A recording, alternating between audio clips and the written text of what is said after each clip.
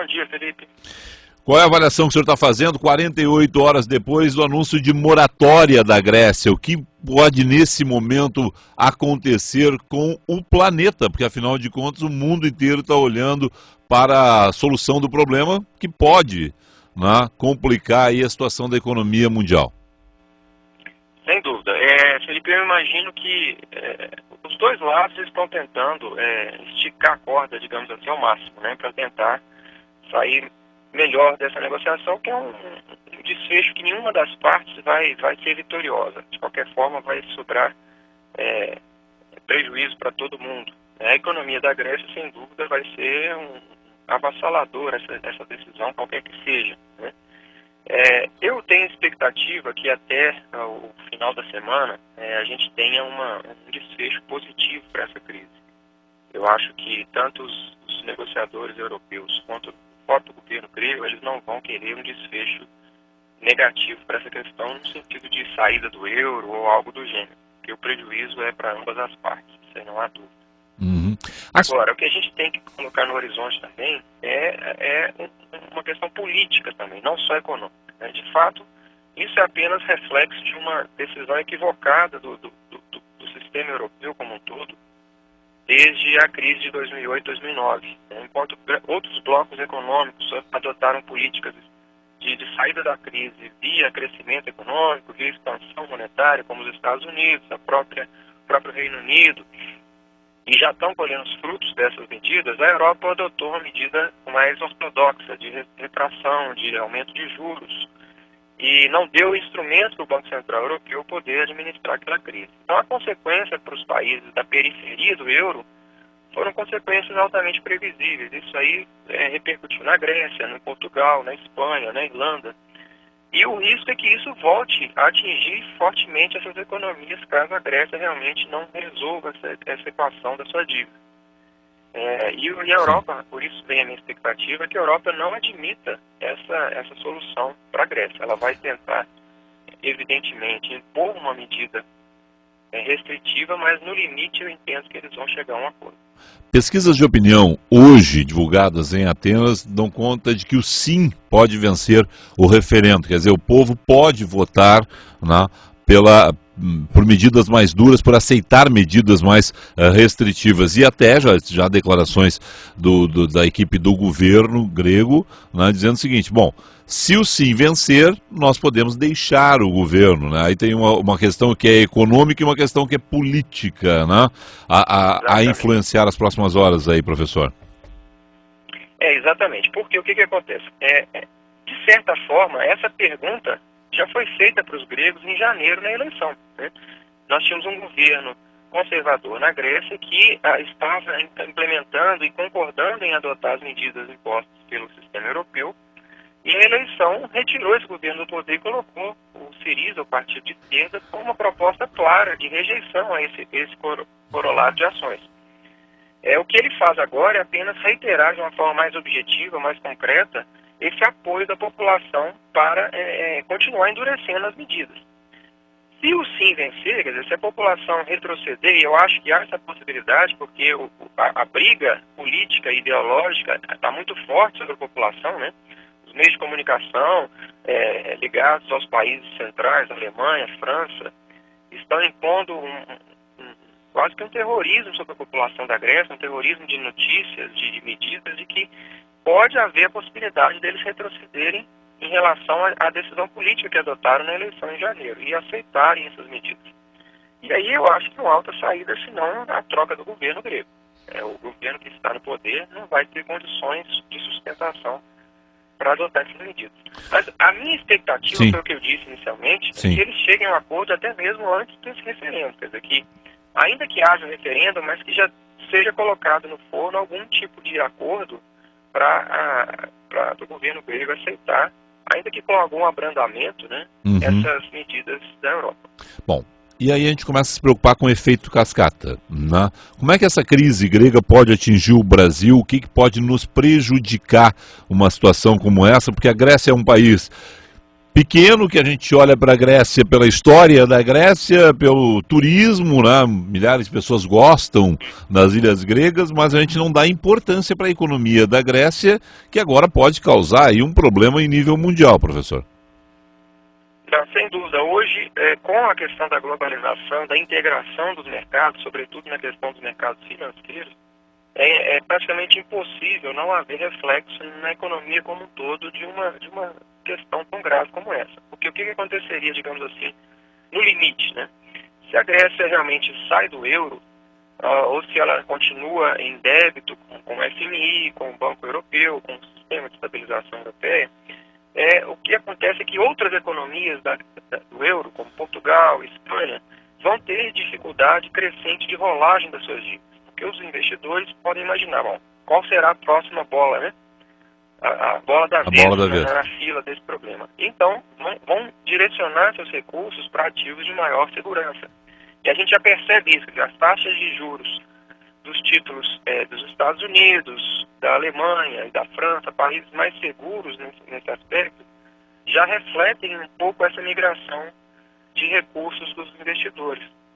E isso pode repercutir no aumento, na elevação de taxas de juros internacionais e a dificuldade até mesmo de países em desenvolvimento, e aí o Brasil se inclui, de se financiarem, de rolarem suas dívidas e mesmo de obter recursos externos. Isso pode ter um reflexo no dólar também, uma desvalorização da nossa moeda do real, na medida em que o dólar passa a ser um ativo mais valorizado no momento de crise, e o que é perfeitamente ruim, né? Tudo que o Brasil não precisa no momento que ele está buscando se reerguer a partir do comércio internacional, a partir de exportações. Quer dizer, o motor do nosso crescimento nos últimos anos, que foi o mercado interno, agora a gente busca direcionar isso para o mercado externo, com o crescimento das exportações, e isso seria fortemente afetado com uma crise dessa magnitude na economia internacional. Justamente no dia, no caso do Brasil, que a gente consegue aí o primeiro superávit de balança comercial nos últimos tempos, né? Quer dizer, a gente teve uma boa notícia, se importou menos, é uma boa notícia de alguma forma, né? Mas já pode aí na frente ser afetado de novo, né? Exatamente. Quer dizer, se de fato essa crise se aprofunda, é praticamente impossível que não só o Brasil, mas que todos os países fiquem imunes ao reflexo dela.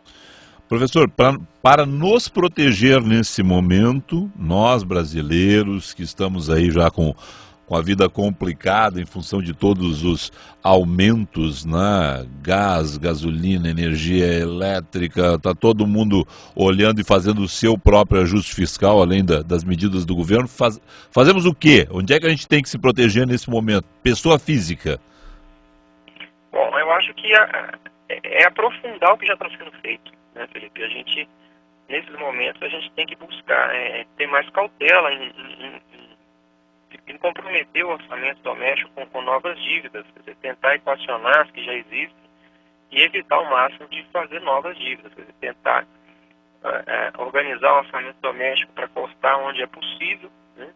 Porque ao contrário do governo, quer dizer, aquilo que eu falei no início da entrevista, os governos têm que estimular a economia e muitas vezes é necessário que o governo amplie os gastos. E foi uma medida correta do governo brasileiro em 2009, quando segurou a crise a partir de investimento, de gasto público, e evitou que houvesse uma recessão no país. Agora, do ponto de vista individual, do ponto de vista micro das famílias, essa receita é inversa. Quer dizer, você tem que, nos momentos de crise, realmente guardar um pouco mais para poder sair dela com maior possibilidade de investimento no futuro. Esse cenário internacional que não é bom no momento que o Brasil está lançando um pacote de concessões, presidenta Dilma Rousseff voltando dos Estados Unidos, onde se reuniu com investidores, pedindo que eles olhem para o pacote de concessão de aeroportos, estradas, portos brasileiros. Esse cenário complica aí e desestimula investimentos estrangeiros? Sem dúvida. É aquilo que eu disse. Se houver um aprofundamento dessa crise, vai depender muito do tipo de investidor que estava tendendo a trazer recursos para o país. Se um fundo, por exemplo, um fundo de investimento, um fundo de pensão estrangeiro, ele certamente vai necessitar direcionar recursos para investimentos mais seguros. E aí a tendência de investir em títulos públicos, em moeda como o dólar, é maior, né? Quer dizer, por mais que a gente apresente um projeto consolidado de concessões, sob a ótica do investidor estrangeiro, é um investimento de risco. E isso pode ser dificultado num momento de crise, sem dúvida. Eu acho que tudo que a gente não precisava nesse momento é que houvesse essa questão europeia e esse problema com a crise grega e que pode expandir para outros países da Europa. Professor, ouvintes estão nos ligando que tem um ponto que eles não conseguem compreender. Como é que um país tão pequeno como a Grécia, porque se fala em país desenvolvido, mas é um país pequeno, é uma economia que não tem essa importância toda no planeta, pode causar tantos problemas? Por que, né, uma situação pontual como essa, que existe, é claro, a gente sabe, em outros países, Portugal, Espanha, Itália, né, outros países da zona do euro e outros países de outros continentes, inclusive, mas como é que uma economia tão pequena pode causar tanto prejuízo em nível mundial? O que acontece é o seguinte, a economia sempre foi assim, e cada vez mais ela funciona na base de expectativas, né? Os agentes, eles se preparam, as empresas, os grandes investidores, mesmo as pessoas, as famílias, com base no que esperam do futuro. E uma situação de crise como essa, por menor que seja a economia, ela repercute na capacidade dessas empresas e dos investidores de redirecionarem seus recursos no futuro. E o caso da Europa é típico, ele é uma economia que, em conjunto, é uma economia muito grande. Os países individualmente já são importantes, Alemanha, França, Itália. E quando você consolida isso num bloco econômico e com 18 economias voltadas para o euro, a crise num país repercute nos outros, na medida em que você atinge fortemente a base desse bloco, que é a confiança. Quando se lançou o bloco europeu e o euro, a base dele é o seguinte, é para sempre. A moeda única veio para ficar. Tanto que o tratado que formou o bloco não tem cláusula de saída da moeda. Seria uma ruptura, seria um rompimento de um tratado, de um acordo de formação do bloco europeu. Além disso, tem uma questão política muito importante, que é a partir, aliás, desses elementos que eu imagino que eles vão buscar uma solução rápida, que é a possibilidade da Grécia, saindo do bloco europeu, e aí podendo inclusive sair da OTAN, ela se voltar para a Rússia, por exemplo, para outras áreas de influência geopolítica que não a Europa e os Estados Unidos.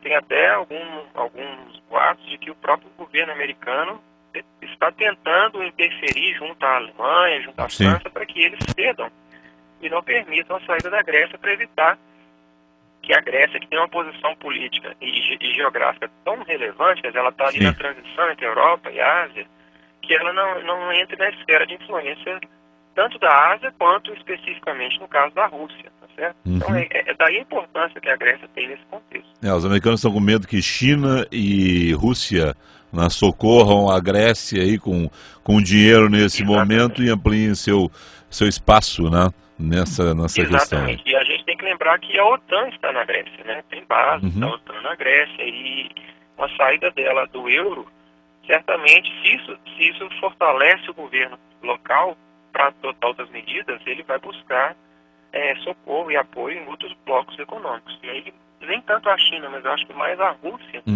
pode ser um risco da Europa perder essa influência sobre a Grécia via Rússia. Ou seja, se a economia da Grécia não é tudo isso, a geografia da Grécia é tudo isso, porque está em uma posição estratégica. Professor... Do ponto de vista político, é isso. Sim. Professor Roridan Duarte, obrigado ao senhor aí, um excelente dia de trabalho. Obrigado para vocês também e para todos os ouvintes da rádio.